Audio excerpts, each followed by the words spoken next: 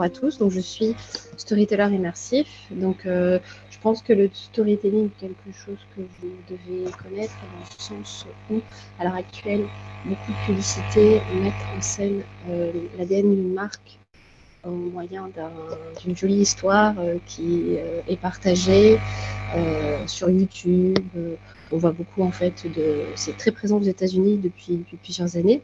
Justement, admirer les plus belles histoires au moment en fait, du Super Bowl aux États-Unis, pendant la période de Thanksgiving.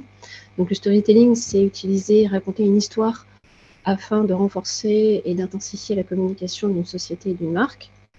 Le storytelling immersif, c'est au moyen en fait, des technologies immersives, d'arriver en fait, à immerger complètement le spectateur, mais surtout de créer un lien émotionnel beaucoup plus fort avec lui et la société et la marque. Donc moi, mon profil est un peu particulier, dans le sens où depuis plusieurs années, donc avant je travaillais dans le monde de l'édition et du manga, je travaillais au Japon. Je suis rentrée en France il y a une dizaine d'années et j'ai commencé à intégrer, j'adorais tout ce qui était gamification, jeux vidéo, bien sûr, et tout ce qui était le monde de l'animation, raconter une histoire, et je voulais le mettre au service de mes clients, mais surtout aussi l'enseigner à mes élèves. Donc, j'enseigne au Conservatoire des Arts et Métiers sur Toulon et Angoulême, à l'école de l'Engmin, l'école de jeux vidéo, mais aussi dans différentes universités qui utilisent la réalité augmentée, qui est une des technologies utilisées pour raconter et mettre en scène une histoire. Et c'est plutôt mon format préféré, on va dire.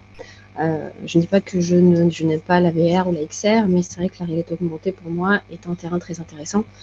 Et d'ailleurs, depuis plusieurs mois, suite à un article qui est sorti au Microsoft Lab, la question se pose justement entre spécialisation, de toute la partie cognitive. C'est-à-dire que bon, on ne vit pas une histoire de la même manière quand c'est une histoire en 2D sur un support qu'on a l'habitude de voir, de manipuler. Et par contre, un format où l'utilisateur peut prendre n'importe quelle place dans votre histoire, parce qu'effectivement, il a le choix, la technologie permettant justement de décloisonner ce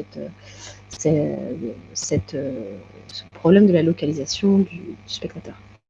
Olivia, Donc, j'enseigne le storytelling immersif. Olivia, est-ce que vous m'entendez? Je suis désolée, je vous coupe une toute petite minute. On me signale que votre micro grésille.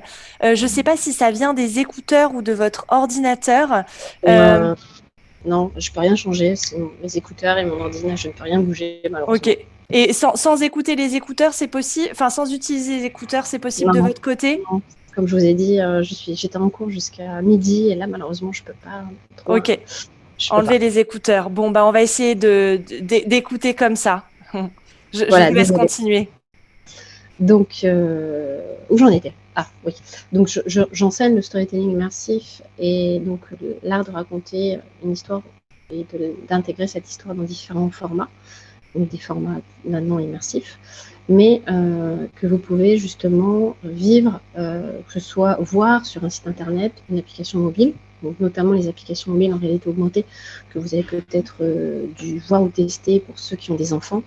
Ces fameux petits personnages, ces histoires qui sont que l'on peut vivre en réel dans une pièce, sur un livre, sur une boîte de céréales ou ce genre de choses. Et ensuite, on arrive petit à petit justement avec toute la technologie et les nouveaux mécanismes narratifs issus du monde du jeu vidéo, la possibilité aussi de vivre une histoire avec un casque de réalité virtuelle, mais aussi donc réalité virtuelle, réalité mixte. Donc je pense que le terme, le casque HoloLens peut-être a déjà été vu ou manipulé par certains.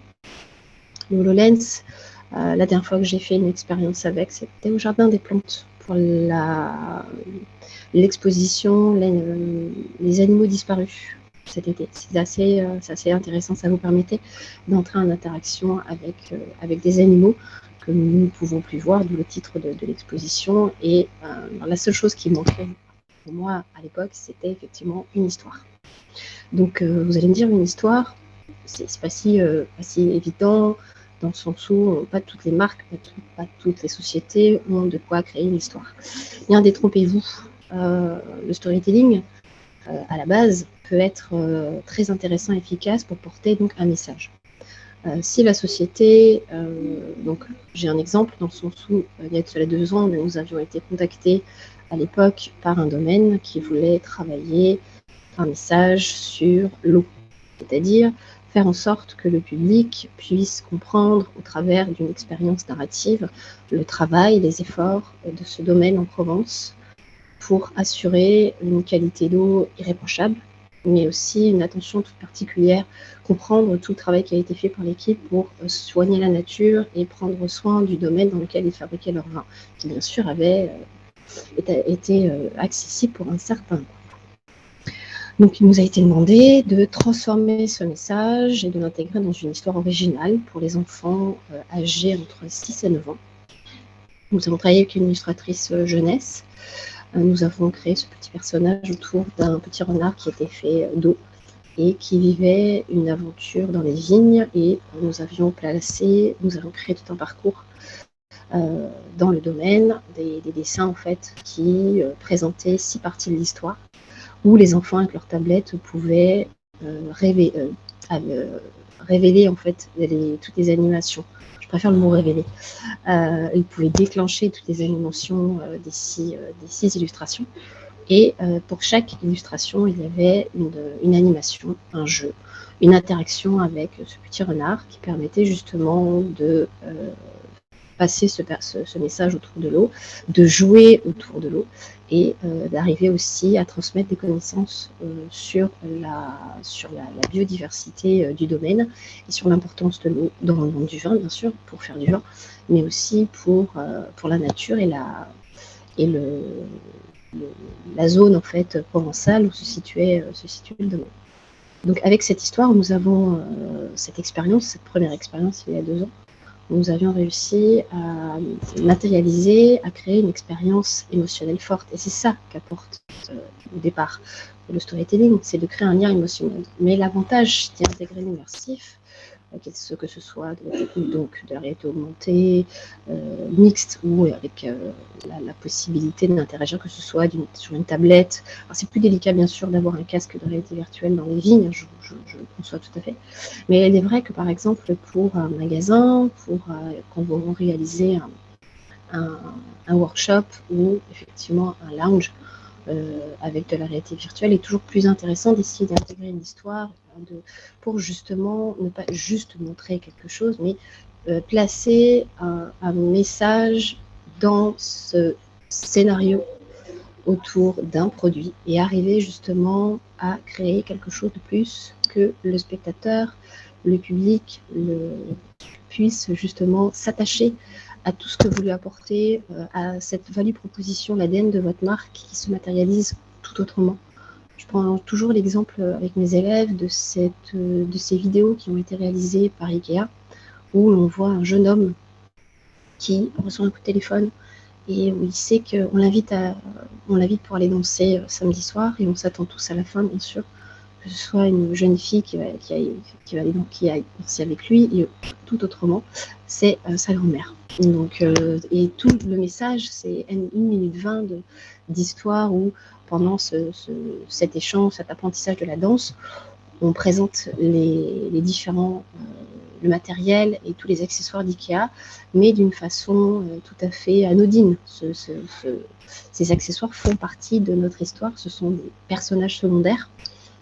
Et la seule chose que l'on retient en fait de cette expérience qui est très attachante, de cette histoire que nous avons tous à un moment donné vécu, justement de faire plaisir à quelqu'un que l'on aime, c'est de se dire que la marque n'est pas intrusive, la marque fait partie de votre quotidien, elle est vous vivez avec, elle fait partie de votre vie, et cette petite vie faite de choses simples et de petits objets du quotidien. Et ça a l'air très très anodin comme cela, mais il est vrai que le public est très à l'écoute et très sensible au traitement des messages de communication, au moyen d'une histoire qui est beaucoup moins intrusive, mais qui au final permet de vivre une expérience différente. Alors en marketing, de la value proposition de la société, de la marque, mais ça permet en fait d'humaniser les produits, d'humaniser d'abord la société et la marque, et de créer un nouveau moyen de communication, un nouvel échange possible, plus sincère, plus authentique, plus chaleureux avec son public en tant que marque. Donc c'est ce qu'on apprend dans les différentes écoles. Donc la scénarisation interactive, issue notamment donc de tout ce que on a pu observer dans le jeu narratif, notamment donc certains jeux vidéo. Je ne sais pas si donc certains, sûrement des enfants, connaissent peut-être des jeux comme Life is Strange, Heavy Rain. Alors je ne parle pas du tout des jeux comme Fortnite ou quoi que ce soit. Je n'ai rien contre ces jeux, mais il n'y a pas de narration, il n'y a pas on ne raconte pas une histoire. On vit des scènes d'action, mais pas forcément quelque chose qui nous permet de nous transcender et de transporter ici notre public. Et c'est ça aussi la force du storytelling, c'est d'arriver à emporter le spectateur là où on a envie de l'emporter, dans une bulle un peu particulière où il va vivre une communication, une expérience sincère, une expérience narrative sincère avec l'interlocuteur et l'émetteur, donc la marque. Donc alors je ne connais pas trop le timing au niveau des questions. Est-ce qu'il y a peut-être la possibilité de commencer les questions? Alors, il n'y a pas encore de questions, vous pouvez continuer, vous avez un petit peu le temps, vous avez jusqu'à 12h30, mais on arrêtera 5 minutes avant pour prendre des questions s'il y en a, mais vous pouvez encore continuer. Alors, j'essaye de voir pour vous présenter. Alors voilà, donc dans l'idée, pour vous donner une petite idée, un peu plus, alors pour vous éclairer un peu plus, donc 6 juin, voilà les différents éléments qui ont été mis en place pour créer des parcours hybrides avec de la réalité augmentée, ou alors des environnements 3D, ou pour un escape game immersif, supporté par des devices comme une tablette Samsung lambda pour notre parcours en réalité augmentée pour le domaine de vin, des stickers en réalité augmentée avec des petits personnages qui nous racontent une histoire c'est en cours pour un acteur culturel de la ville de Toulon qui s'appelle Le Télégraphe. Des histoires vécues avec tant son imagination qu'avec son corps, avec la Kinect. Donc nous avions préparé un petit... Alors, dans l'idée, je vais essayer... Je ne sais pas si j'ai assez de réseau. J'avais des petites vidéos, mais là, c'est peut-être un peu délicat. Donc, bon, je vais rester sur les visuels. Donc, le but, c'est d'arriver ici, simplement, à accompagner une société qui a un message par rapport à sa marque, par rapport à un produit, une communication, une action particulière, et de récupérer ce message et de créer donc une histoire. Cette histoire ensuite, qui est cette histoire qui va permettre d'impliquer beaucoup plus le public. On va essayer justement, au moyen d'une certaine méthode qui implique différentes compétences, on va essayer justement de créer quelque chose de crédible, quelque chose d'émotionnellement fort, mais aussi où le public va apprendre quelque chose sur la marque et va expérimenter cette information. Autant avec son imagination qu'avec son corps, par exemple, avec l'utilisation de la Kinect ou l'utilisation de la réalité virtuelle. Donc là, par exemple, ici, pour vous donner un petit peu plus d'éléments de réponse, alors je vais vous montrer les différentes... J'en profite peut-être, Olivia, pendant que vous recherchez, j'ai une question sur les 2 jeux que vous avez cités. Est-ce que vous pouvez à nouveau les mentionner, s'il vous plaît? Alors, dans les 2 jeux, alors Life is Strange et puis Heavy Rain. Life is Strange a été créé par le scénariste Jean-Luc Hano pour le studio Dontnod, et Heavy Rain par le studio Quantic Dream, David Cage. Merci beaucoup. Je vais voir parce que j'avais noté des éléments. Alors, à savoir, donc, ceci est la dernière, en fait, les derniers travaux issus du Microsoft Lab, où justement la question se pose, comment arriver justement à créer une histoire où, avec des formats immersifs qui sont forts, qui permettent aussi d'utiliser toutes les connaissances issues de la neuroscience et donc toute la partie cognitive pour arriver à impliquer le spectateur et déclencher certaines émotions dues à l'affect et ce qu'on va justement réussir à dégager pendant notre expérience narrative et arriver aussi à transmettre sans pour autant transmettre, mais en même temps faire en sorte que le spectateur soit aussi un des membres, un des personnages aussi de cette histoire. C'est vraiment l'objectif et c'est ce qui est aussi issu du monde de l'expérience des jeux narratifs. Donc, en fonction des choix que le spectateur, que le lecteur va faire, l'histoire va être différente. Donc là est tout l'intérêt en fait aussi du storytelling immersif. Si on part sur un scénario interactif, c'est que on dit toujours justement dans le monde du jeu que dans du jeu narratif, la première chose quand on commence une histoire, quand on commence un jeu, déjà la fin a été préparée en fait au mieux par le scénariste. Parce qu'en fait, on fait en sorte de proposer différents choix possible à son lecteur et en fonction de ses choix, il prend pleinement conscience en fait des conséquences de ses choix et il va vivre une histoire positive, une histoire un peu plus sombre peut-être et c'est lui qui choisit en fait de sa narration et c'est ça qui est intéressant. Donc le but, c'est d'arriver justement à intégrer toutes ces connaissances issues du monde du jeu narratif, de la neuroscience, de la gamification, donc bien sûr des technologies immersives et du storytelling pour arriver justement à créer des expériences histoires fortes qui arrivent en fait à créer un lien d'autant plus fort qu'il n'est pas juste vécu on va dire mentalement et émotionnellement par le public, mais qui peut être aussi vécu physiquement. Donc tous ces éléments en fait sont des ingrédients importants, des ingrédients qui sont en cours en fait de recherche, parce qu'en fait nous ça fait maintenant 2-3 ans que nous travaillons sur ce schéma-là.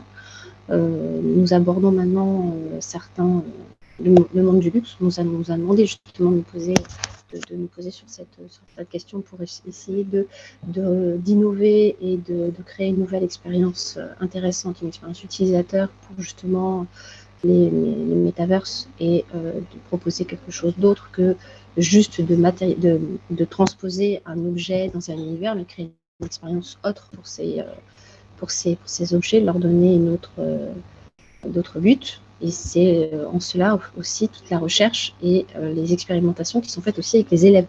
Parce que le but de la Méduse Violette aussi, c'est de travailler avec différentes écoles issues du monde du jeu vidéo, où donc j'enseigne, et d'arriver justement à pointer, à identifier, à trouver de nouvelles expériences à vivre. C'est vraiment ça, des histoires et des expériences à vivre pour étendre l'univers des sociétés, des marques qui ont envie de créer quelque chose de différent et de proposer aussi une expérience différente de leur démonstration de leurs produits et en même temps d'augmenter le levier décisionnel d'achat.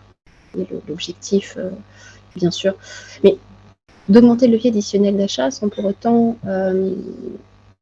pousser l'utilisateur juste à acheter parce que c'est moins cher ou parce que c'est intéressant, quoi que ce soit, mais de vraiment comprendre l'ADN et la plus-value du produit et de leur donner une opportunité de vivre cela, non pas au travers d'un discours marketing, j'appelle linéaire, mais d'un marketing immersif et beaucoup plus fort. Donc, pour vous donner donc, les avantages du storytelling immersif, donc, les consommateurs sont plongés dans l'univers de votre marque. On va créer un lien émotionnel plus fort, on va donner confiance et authentifier tous vos lieux de production et de création, parce qu'on peut aussi mettre en place dans l'histoire, mettre en scène le background de la société. Et puis surtout, ça permet chaque marque, chaque société, chaque expérience a son propre univers. tout simplement. Donc, on sait que quand on plonge dans un jeu, quand on plonge dans un film, dans un Netflix, et qu'en plus, on a la possibilité d'interagir avec les éléments de son histoire, on en sort transporté et transformé. Et c'est l'objectif. Voilà. Donc, il est juste midi 19. Je suis désolée, j'essaye de voir un petit peu ce qui pourrait peut-être être intéressant. Oui, alors, beaucoup de mes élèves me posent souvent la question, y a-t-il une méthode type pour créer du storytelling immersif? Alors, il faut bien savoir que le point de départ, en fait, de la narration du storytelling immersif, c'est vraiment, en fait, d'identifier, de caractériser votre utilisateur type. C'est vraiment ça le plus important. Nous, je viens aussi du monde du web, création de sites internet, d'applications. Comment arriver à faire quelque chose qui soit vraiment tout à fait intéressant et qui va permettre de délivrer entièrement satisfaction à un utilisateur. Donc, le point de départ, même en marketing, quel qu'il soit, c'est d'identifier son persona, sa cible, à qui je m'adresse. Donc, le but est d'abord, effectivement, dans la fiche du persona, d'avoir un maximum d'informations sur son profil socio-économique, bien sûr, mais aussi toutes ses attentes, son profilage, donc son expertise, en fait, réseaux sociaux, sites internet, d'arriver justement à récupérer ces informations. Alors, pour la petite info, on doit justement, avant de créer une histoire, on doit avoir tous les éléments marketing, comme par exemple les retours Google Analytics. Vous avez tous un site internet, vous devez travailler normalement avec GA, avec Google Analytics, et vous récupérez un maximum d'informations sur vos sources de trafic, vos utilisateurs, le parcours d'achat, le tunnel de conversion. Donc, tous ces éléments, vous les remontez et vous créez donc vos fameux personas. À partir de ces personas-là, il y a donc ce travail sur comment arriver, en comprenant bien, en fait, votre utilisateur, à donc caractériser, en fait, donner tous ces éléments pour l'expérience qu'il va vivre et arriver justement à lui procurer pleinement satisfaction. Donc, l'idée, c'est d'arriver, en fait, à imaginer cet univers pour cette histoire où l'utilisateur va prendre conscience de plein de choses par rapport à vos produits, par rapport à votre marque, et il va être transformé. Donc, on va faire en sorte d'utiliser des éléments comme bien sûr les émotions, toutes les sensations, donc toute la partie multisensorielle, que ce soit au niveau du son, ces sensations qui sont soit en ligne, sont un peu limitées, effectivement, on ne peut pas rajouter l'odeur ou quoi que ce soit, mais dans les parcours hybrides, où justement, comme pour notre client il y a de cela 2 ans, nous avions l'opportunité de faire vivre une histoire lors d'un parcours en réalité augmentée dans les vignes, dans la cave. Elle avait la possibilité de jouer sur les odeurs, sur les couleurs, sur la lumière, sur les sons, bien sûr. Et c'est vrai que c'était assez intéressant de jouer sur les odeurs. Vraiment, c'était vraiment très, très intéressant. Donc, à ce stade, vous avez tous les éléments sur votre persona. Donc, maintenant, le plus important, ça va être de se poser normalement une question, un brainstorm avec l'équipe, pour arriver justement grâce au message qui a été donné, soit par le client, soit vous savez exactement ce que vous voulez faire vivre à votre utilisateur. Vous savez quelle est l'information qui est importante, qu'il doit garder et qu'il doit vivre avec vous coûte que coûte. Donc voilà toutes les vraies questions qu'on se pose avant de créer le scénario. Donc, quel type d'interaction on va proposer, quel objectif vise notre expérience proposée, quel est le rôle de l'utilisateur ici, est-ce qu'on va lui donner une mission, est-ce qu'il a juste des choix à faire, est-ce que vous voulez qu'il s'amuse, est-ce que vous voulez qu'il prenne part à l'histoire et que ça devienne un des personnages, en fait, de l'expérience que vous allez mettre en place. Après, vous vous posez bien sûr les questions, comment séduire, comment veut-on l'émerveiller, l'émouvoir, est-ce qu'on a pour objectif de le replonger dans l'enfance. Donc effectivement, tout ce qui est la partie gastronomie, Madeleine de Proust, ce sont des éléments importants. Le marché du fooding, mais du vin aussi, parce qu'effectivement, tout ce qui est en rapport avec les odeurs sont des éléments qu'on apprend quand on est enfant, et c'est très intéressant de jouer sur ces sens au moyen d'une histoire qui le ramène dans le passé. Et on a tous à un moment donné eu des souvenirs autour du gâteau au chocolat, de crêpes, notre premier verre de vin, ou ce genre de choses. Donc c'est toujours très intéressant, mais il faut le savoir. Est-ce qu'on implique cet élément-là? Ouvrir un nouveau champ des possibles, quels sont l'élément unique à invoquer pour faire vivre une expérience vraiment particulière et inoubliable. Est-ce qu'on veut partir sur un univers réaliste, plutôt kawaii, plutôt un peu cartoonesque, plutôt réaliste ou plutôt fantastique, quelque chose d'imaginaire, minimaliste, ça peut être un peu comme les polis ou ce genre de choses, un peu comme mon Dieu, j'ai oublié. Ces petites, ça fait... Bon, j'ai oublié. Ce sont ces petits, c'est ce jeu qu'on fait depuis. Je crois que c'est un jeu qui a 40 ans. Ce sont un petit personnage et on fait des châteaux, on fait toutes sortes, on crée toutes sortes d'univers. Ils ont fait des films récemment. Bon, j'ai oublié, c'est pas grave. Donc vous vous posez toutes ces questions, vous continuez dans ces questions. Donc l'univers sera-t-il plutôt lumineux, sombre? Quelle est l'ambiance sonore que vous décidez de choisir? Qui va accompagner votre utilisateur? Est-ce que c'est une voix off? Est-ce que c'est un personnage que vous allez créer? Est-ce que c'est un objet? Est-ce que c'est vous, tout simplement? Donc c'est vraiment important de se poser toutes ces questions. Est-ce que on va les emmener on va les faire voyager avec des personnages romanesques, plutôt des êtres froids? Est-ce qu'ils seront bavards, joyeux, mélancoliques? Et toutes ces émotions-là, il faut les identifier dès le départ. Est-ce que mon histoire sera ouverte? Est-ce qu'on va les guider avec des éléments, des pop-up, de la voix off? Voilà, il faut vraiment arriver à être très clair en fait dans ce que vous voulez faire vivre. Et est-ce que, normalement, est-ce que les utilisateurs sont passifs ou actifs? Bien sûr, moi je pars toujours du principe qu'il est beaucoup plus intéressant de les faire agir, mais après à voir dans l'histoire que vous voulez faire vivre. Et avec tous ces éléments, donc l'univers va commencer à vraiment naître. Il est maintenant intéressant de lui donner donc une forme. Vous avez le pitch, vous avez tous les éléments importants pour construire votre scénario, votre histoire, votre univers. Soit on fait un prolongement de l'univers graphique de la société en utilisant ces codes couleurs et on part dans la création de cet univers qui donc qui est juste une extension en fait de l'univers de votre marque, ou sur quelque chose de complètement original et de différent. J'ai des clients qui sont partis plutôt sur des choses différentes, qui ont décidé de travailler avec des concept artistes qui visent des communautés qui sont vraiment très bien perçues par la typologie sociale, l'âge des personnes qui les intéressent.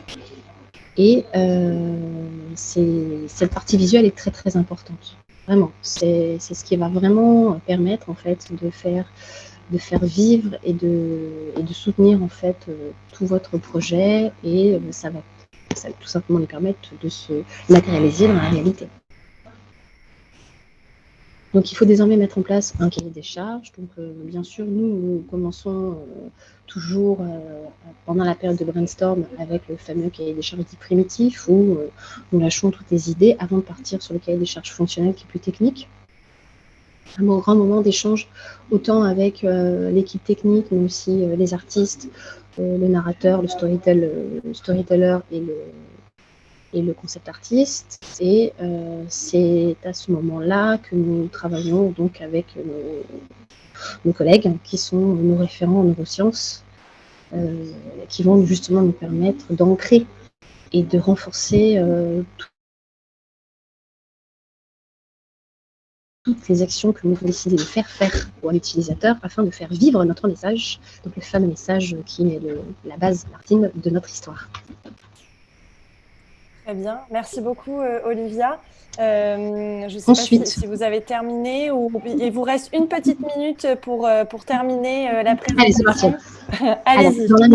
Dans la méthode, donc nous finalisons le cahier des charges et donc nous faisons bien apparaître les personas, toute la découpe de l'histoire, Et donc, le découpage doit mettre en valeur le message à transmettre, les technologies que vous avez choisies, pourquoi vous les avez choisies, quels sont les effets demandés, et surtout l'expérience que vous voulez. Donc, cette expérience qui sera matérialisée au travers d'un récit d'expérience. C'est-à-dire que vous vous mettez à la place du persona et vous écrivez de A à Z ce qu'il doit vivre, ce qu'il doit voir, comment vous allez le transformer.